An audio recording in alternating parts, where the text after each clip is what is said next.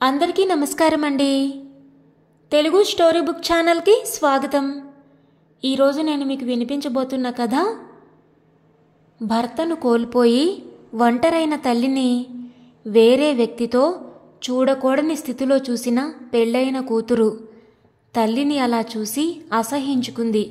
కానీ తల్లి గురించి అసలు నిజం తెలిసి కూతురు గుండె పగిలిపోయింది. ఆ నిజం ఏమిటి, చివరికి ఏం జరిగింది అనేది ఈ కథలో మనం విందామండి. మరిక కథలోకి వెళితే, మంచి నిద్ర, ఇంతలో ఏదో అలికిడి. హఠాత్తుగా మేల్కొన్నాను. కళ్ళు చిట్లించి గోడ గడియారం వంక చూశాను. సమయం 12 దాటింది. నగరం అంతటా నిశ్శబ్దం రాజ్యమేలుతోంది. కిర్రుమని తలుపు తెరుచుకున్న చప్పుడు నాకు మళ్ళీ గుర్తొచ్చింది. అర్ధరాత్రి పూట తలుపు తెరిచిందెవరు? ఇంట్లో అమ్మ నేను తప్ప మగాళ్ళెవరూ లేరు. వాచ్మెన్ సెలవులో ఉన్నాడు. ఇంట్లో మగవాళ్ళెవరూ లేరని పసిగట్టి ఎవరైనా దొంగ లోపలికి దూరాడా? ఈ ఆలోచన రాగానే నా గుండె భయంతో దడదడా కొట్టుకుంది. అంతలోనే ధైర్యం కూడగట్టుకుని మంచం దిగి మెల్లగా బెడ్రూమ్ తలుపు తెరిచి హాల్లోకి తొంగి చూశాను. ఎవరూ కనబడలేదు. హాల్లో నుంచి అమ్మ గదిలోకి వెళ్ళాను. మంచం పైన అమ్మ కనిపించలేదు. బాత్రూంలో కూడా లేదు. ఇల్లంతా వెతికినా అమ్మ కనిపించలేదు. అప్పుడే మెయిన్ డోర్ బోల్ట్ తీసి ఉండడం కనిపించింది. అమ్మ బయటికెళ్ళిందా? ఈ సమయంలో ఆమెకు బయట ఏం పని? నాకేమీ అర్థం కాలేదు. చప్పుడు కాకుండా మెయిన్ డోర్ తెరిచి బయటకొచ్చాను. ఇంటి ముందు గేటు కొద్దిగా తెరిచి ఉంది. నాకేమీ అంతుపట్టలేదు. అప్పుడే నా దృష్టి పెరట్లో ఓ మూలున్న వాచ్మెన్ గదిపై పడింది. ఆ గదిలో లైట్ వెలుగుతోంది. వాచ్మెన్ లేనప్పుడు అతని గదిలో లైట్ ఎందుకు వెలుగుతోంది? విషయం ఏమిటో తెలుసుకుందామని పిల్లిలా నడుస్తూ ఆ గది దగ్గరకు చేరుకున్నాను. గదిలో నుంచి గుసగుసలు వినిపించాయి. చెవులు రిక్కించి విన్నాను. అందులో ఓ గొంతు అమ్మది, మరో గొంతు ఎవరో పురుషుడిది. నాకు ఆశ్చర్యం వేసింది. గది గోడకున్న చిన్న కిటికీలో నుంచి రహస్యంగా లోపలికి చూశాను. ఆశ్చర్యంతో నా కళ్ళు విచ్చుకున్నాయి. లోపల అమ్మ పక్కన ఓ అపరిచిత వ్యక్తి కూర్చొనున్నాడు. అతనికి అమ్మ వయసే ఉంటుంది. ఇద్దరూ చేతిలో చెయ్యేసి ఆత్మీయంగా మాట్లాడుకుంటున్నారు. అమ్మ అతని భుజంపై తలవాల్చి తన్మయంగా కళ్ళు మూసుకుంటే అతను ప్రేమగా ఆమె తల నిమురుతున్నాడు. లక్ష్మి, నిన్ను చూడకపోతే క్షణమొక యుగంలా గడుస్తోంది. అందుకే ఈ టైంలో వచ్చాను అన్నాడతను. నా పరిస్థితి అలాగే ఉంది గోపాల్. కానీ మనమిలా కలుసుకోవడం మంచిది కాదు. నా కూతురు కవిత ఇంట్లోనే ఉంది. ఈ స్థితిలో తను మనల్ని చూస్తే నా గురించి ఏమనుకుంటుంది? కొద్ది రోజుల్లో ఆమె తన భర్త ఊరికి వెళ్ళిపోతుంది. అంతవరకు ఓపిక పట్టు అంది అమ్మ. అమ్మ మాటలు విని నివ్వెరపోయాను. నా కాళ్ల కింద భూమి కదిలినట్టు అనిపించింది. అమ్మ ఇలాంటి పాడు పనులు చేస్తుందని నేను కల్లో కూడా ఊహించలేదు. వెంటనే లోపలికెళ్ళి వారిద్దరినీ చెడామడా తిట్టాలనిపించింది. కానీ బలవంతంగా నన్ను నేను నిగ్రహించుకొని అక్కడి నుంచి కదిలాను. నా గదికి చేరుకొని ఉక్రోషంతో నన్ను నేను పారేసుకున్నట్టు మంచంపై పడ్డాను. అమ్మ మీద కోపంతో నాకు ఏడుపు ముంచుకొచ్చింది. నా చిన్నప్పుడే పోయిన నాన్న ముఖం కళ్ళ ముందు కదలాడింది. అమ్మ వయసు ఇప్పుడు 50 ఏళ్లు దాటింది. అమ్మా నాన్నలకు నేను ఏకైక సంతానం. నాకు 10 ఏళ్ల వయసు ఉన్నప్పుడే నాన్న హఠాత్తుగా గుండెపోటు వల్ల చనిపోయాడు. అప్పటి నుంచి అమ్మే నన్ను పెంచి పెద్ద చేసింది. ఓ ప్రైవేటు స్కూల్లో టీచర్గా పనిచేస్తూ ఇంట్లో ట్యూషన్లు చెబుతూ తీరిక వేళల్లో కుట్టు పని, ఎంబ్రాయిడరీ పనులు చేస్తూ నన్ను బీటెక్ వరకు చదివించింది. చిన్న వయసులోనే భర్త పోయినా ఎన్నడూ తప్పుడు పనులు చేయలేదు. పైగా నేను నా క్లాస్మేట్ సంతోష్ని ప్రేమించిన విషయం తెలిసినా నన్ను కోపడలేదు. వెంటనే సంతోష్ తల్లిదండ్రులతో మాట్లాడి మా పెళ్లి జరిపించింది. పెళ్లి తర్వాత సంతోష్కి ఢిల్లీలో ఉద్యోగం వస్తే ఇద్దరూ ఢిల్లీకి వెళ్ళిపోయాం. ప్రతి పండక్కి హైదరాబాద్ వచ్చి కొద్ది రోజులు అమ్మ దగ్గర ఉండేవాళ్ళం. మమ్మల్ని చూసి అమ్మ ఎంతో ఆనందించేది. ఈసారి సంక్రాంతికి సంతోష్కి సెలవు దొరకలేదు. నేనొక్కదాన్నే వచ్చాను. కానీ ఈసారి అమ్మ నన్ను చూసి మునుపట్లా సంతోషించలేదు. తెచ్చిపెట్టుకున్న నవ్వుతో నన్ను ఆహ్వానించింది. దానికి కారణమేమిటో నాకిప్పుడు అర్థమైంది. ఈ మధ్యనే అమ్మ ఆ వ్యక్తి ఆకర్షణలో పడినట్టుంది. నేను ఆమెకిప్పుడు పానకంలో పుడకలా కనిపిస్తున్నానేమో. అందుకే నన్ను చూసి పెద్దగా సంతోషించలేదు. కానీ భర్త పోయిన 20 ఏళ్ల తర్వాత హఠాత్తుగా ఆమెలో యవ్వనపు కోరికలు ఎందుకు పుట్టుకొచ్చాయి? బాల్యం నాటి కొన్ని విషయాలు నాకిప్పటికీ గుర్తున్నాయి. నాన్న రోజూ తాగి ఇంటికొచ్చేవాడు. అమ్మతో పోట్లాడి ఆమెపై చెయ్యి చేసుకునేవాడు. ఆయన ఎందుకు అలా చేసేవాడో నాకప్పుడు అర్థం కాలేదు. కానీ ఊహ తెలిసాక ఆ విషయం కొద్దిగా బోధపడింది. అమ్మకు నాన్నంటే ఇష్టం లేదు. బలవంతంగా ఆయనతో సంసారం చేసేది. రాత్రిళ్ళు ఆయన గదిలో పడుకోకుండా నా దగ్గరకొచ్చి పడుకునేది. అది భరించలేక నాన్న తాగొచ్చి అమ్మను కొట్టేవాడు. భార్య తనని ప్రేమించడం లేదనే బాధతోనే ఆయన తాగుడికి బానిసై ఉండొచ్చు. అదే నిజమైతే అమ్మ చేతులారా తన సంసారాన్ని పాడు చేసుకుందని అనుకోవాలి. తాళి కట్టిన భార్య ఆదరించకపోతే ఏ మగాడైనా ఎలా తట్టుకోగలడు? మితిమీరిన తాగుడు వల్ల చిన్న వయసులోనే చనిపోయాడు. నాన్న చావుకి పరోక్షంగా అమ్మే కారణమని నాకిప్పుడు అనిపిస్తోంది. నిద్రపోవడానికి ప్రయత్నించాను. కాసేపటి తర్వాత నిద్ర పట్టినా రాత్రంతా పీడకలలతో ప్రశాంతంగా నిద్రపోలేకపోయాను. ఉదయం లేచాక తలంతా భారంగా అనిపించింది. మరొకరితో పంచుకుంటే తప్ప నాలోని ఆ బాధ, ఆ భారం తగ్గవేమో అనిపించింది. మొదట అమ్మనే నిలదీయాలనిపించింది. కానీ ఆమెతో మాట్లాడడానికి నోరు పెగల్లేదు. తర్వాత మా ఆయనకి ఫోన్ చేసి అమ్మ నిర్వాకం చెప్పాలనిపించింది. కానీ అలా చేస్తే ఆయన దృష్టిలో నేను చులకనైపోతానని భయం వేసింది. ఇక నాకున్న ఒకే ఒక స్నేహితురాలు హేమలత. కూకట్పల్లిలో ఉంటుంది. నా బాధని ఆమెకే చెప్పుకోవాలనిపించింది. అయిష్టంగానే టిఫిన్ ముగించి హేమలత ఇంటికి వెళ్ళొస్తానని అమ్మకి చెప్పి ఇంట్లో నుంచి బయటపడ్డాను. ఆటో ఎక్కి స్నేహితురాలింటికి చేరుకున్నాను. ఫోన్ చేయకుండా వచ్చిన నన్ను చూసి హేమలత ఆశ్చర్యపోయింది. నేను దిగులుగా ఉండడం చూసి నన్ను ఏకాంతంలోకి పిలుచుకెళ్ళి విషయం ఏమిటని ఆరా తీసింది. రాత్రి నేను చూసిందంతా ఆమెకి చెప్పేశాను. హేమలత నా వైపు నమ్మలేనట్టు చూసింది. కవిత, మీ అమ్మ గురించి నాకు బాగా తెలుసు. ఆవిడ నిప్పు లాంటిది. పరాయి మగాళ్ళ వైపు కన్నెత్తి చూడదు. ఆమె ఇలా చేసిందంటే నేను నమ్మలేకపోతున్నాను అంది. ఇంకెవరైనా ఈ విషయం చెబితే నేను కూడా నమ్మేదాన్ని కాను. కానీ జరిగిందంతా నేను కళ్ళారా చూశాను. అమ్మ ఆ వ్యక్తితో ఎంత చనువుగా ఉందంటే నాన్న బ్రతికున్నప్పుడు ఆయనతో కూడా అంత చనువుగా ఉండడం నేను చూడలేదు. నేను ఛాందసవాదిని కాను. భర్త పోయిన స్త్రీ కోరికల్ని చంపుకొని బ్రతకాలని నేను చెప్పడం లేదు. కానీ మనిషికి నైతిక విలువలు, కుటుంబ గౌరవం కూడా ముఖ్యం కదా. నాన్న పోయినప్పుడే అమ్మ మరో పెళ్లి చేసుకోకుండా కాలం గడిపింది. ఇప్పుడు ఈ ముసలితనంలో ఎందుకు ఇలాంటి పాడు పనులు చేస్తుందో నాకు అర్థం కావడం లేదు. ఉక్రోషంగా అన్నాను. నా ఆవేశం చూసి హేమలత నా దగ్గరకొచ్చి నా భుజంపై చెయ్యేసింది. చూడు కవిత, మీ అమ్మ చిన్నపిల్ల కాదు. ఆవిడ అనుభవం అంత ఉండదు నీ వయసు. అందువల్ల నువ్వు తొందరపడి మీ అమ్మను నిలదీయకు. ఇలాంటి సున్నితమైన విషయాల్లో తల్లిని కన్న కూతురే మందలిస్తే ఆ తల్లి మనోభావాలు ఎలా ఉంటాయో చెప్పడం కష్టం. అవమాన భారంతో ఆమె ఏ అఘాయిత్యానికైనా పాల్పడొచ్చు. అందువల్ల కొద్ది రోజులు ఓపిక పట్టు. అయినా మీ అమ్మ క్షణికావేశంలో తప్పు చేసే బలహీన మనస్కురాలు కాదు. దీని వెనుక మర్మమేదో తెలిసే వరకు మీ అమ్మతో ఈ విషయం గురించి మాట్లాడుకు అంది. స్నేహితురాలి మాటలకు నేను మౌనంగా తలూపాను. కానీ నా మనసులో అలజడి తగ్గలేదు. తర్వాత అమ్మ నుంచి ఫోన్ వచ్చింది, భోజనానికి రమ్మని. నాకు ఇంటికి వెళ్ళబుద్ధి కాలేదు. ఓ ఫంక్షన్కి వెళుతున్నానని, భోజనానికి రాలేనని చెప్పి తప్పించుకున్నాను. తర్వాత హేమలత బలవంతం చేస్తే ఆమింట్లోనే 4 ముద్దలు తిని భోజనం అయిందనిపించాను. సాయంత్రం 4 గంటలకు స్నేహితురాలి వద్ద సెలవు తీసుకుని ఇంటికి బయలుదేరాను. ఆటో ఎక్కి త్వరగా ఇంటికి చేరుకోవడం ఇష్టం లేక కాలినడకన ఇంటి దారి పట్టాను.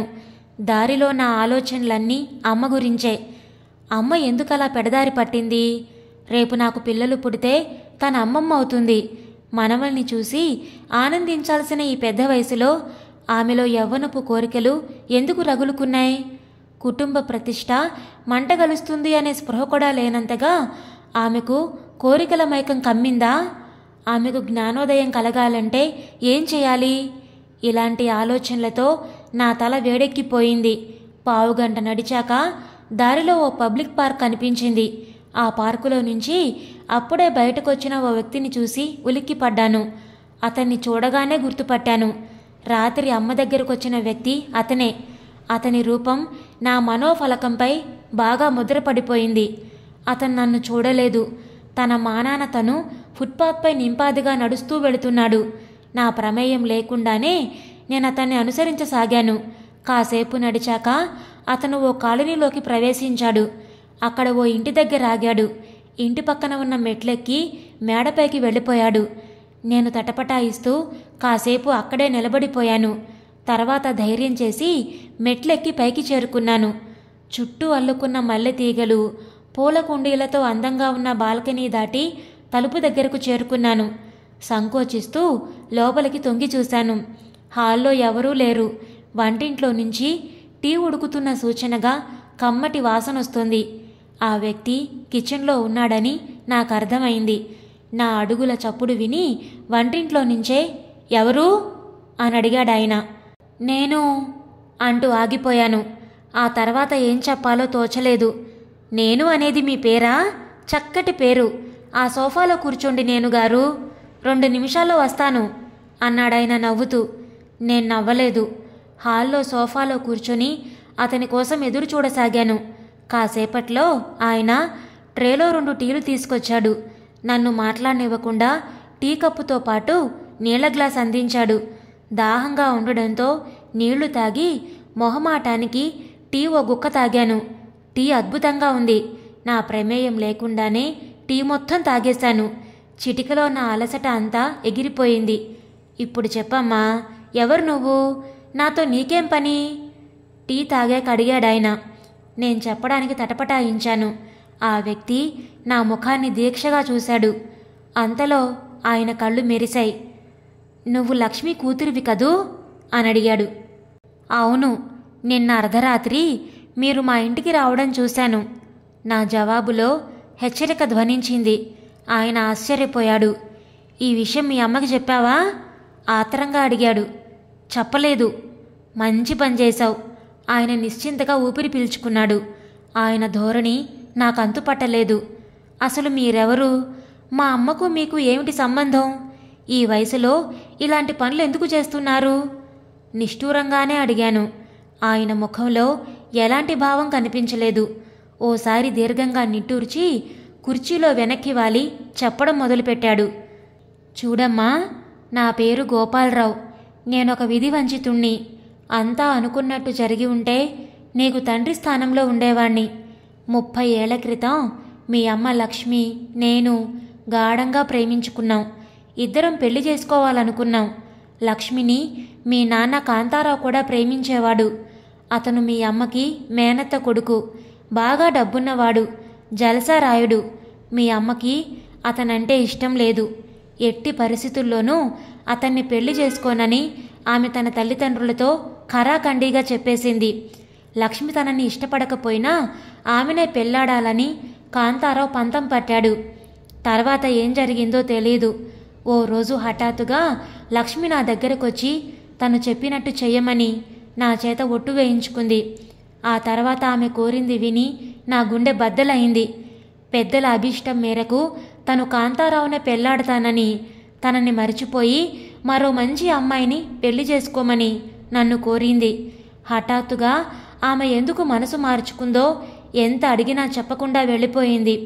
తర్వాత కొద్ది రోజుల్లోనే హడావిడిగా కాంతారావుతో ఆమె పెళ్లి జరిగిపోయింది. చిన్నప్పుడే తల్లిదండ్రుల్ని కోల్పోయి ఏకాకిగా జీవిస్తున్న నేను లక్ష్మినే నా సర్వస్వంగా భావించాను. ఆమె లేని జీవితాన్ని ఊహించలేకపోయాను. జీవితంపై విరక్తి పుట్టి ఆత్మహత్య చేసుకోబోయాను.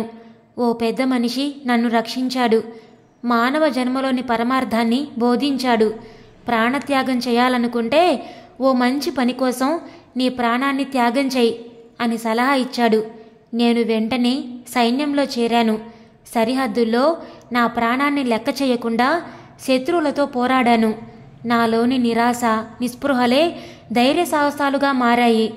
ఎందుకు పనికిరాదనుకున్న నా ప్రాణమే ఎంతోమంది ప్రాణాన్ని కాపాడడానికి పనికొచ్చింది. నేను దేశసేవ చేయడానికే దేవుడు నా ప్రేమను నాకు దక్కకుండా చేశాడనిపించింది. సైన్యం నుంచి రిటైర్ అయ్యాక కూడా నేను దేశంలోని వివిధ ప్రాంతాల్లో సమాజ సేవ చేస్తూ జీవించాను. వయసు మీద పడ్డాక సొంత ఊరి మీద మనసు మళ్ళింది. ఈ మధ్యనే ఇక్కడికొచ్చి నివాసం ఉంటున్నాను. ఓ రోజు మార్నింగ్ వాక్ నుంచి తిరిగొస్తూ ఉండగా మీ అమ్మ నాకెదురైంది. 30 ఏళ్ల తర్వాత మేం ఒకరినొకరు గుర్తుపట్టామంటే అది మాలోని గాఢమైన ప్రేమకు నిదర్శనం. ఒకరికొకరు గుర్తుపట్టాక మాలో చెలరేగిన మనోభావాల్ని, భావోద్రేకాల్ని వర్ణించడానికి తెలుగు భాషలోని పదాలు చాలవు. చాలాసేపు మాట్లాడలేకపోయాం. మా గుండెలు గొంతుల్లోకొచ్చి మాటలకు అడ్డుపడ్డాయి. మా కన్నీళ్లే పరస్పరం మాట్లాడుకున్నాయి. తర్వాత మేము రోడ్డు పక్కనే నిర్మానుష్యంగా ఉన్న పార్కులోకి వెళ్ళి కూర్చొని గంటల తరబడి మాట్లాడుకున్నాం. 30 ఏళ్ల క్రితం ఏ పరిస్థితుల్లో తను కాంతారావుని పెళ్లి చేసుకోవాల్సి వచ్చిందో అప్పుడే మీ అమ్మ బయటపెట్టింది. ఆ రహస్యం తెలిసాక నా గుండె మరోసారి బద్దలైంది. మీ నాన్న ఎంతటి దుర్మార్గుడో తెలిసింది. అతను లక్ష్మిని సొంతం చేసుకోవడానికి నీచమైన పన్నాగం పన్నాడు.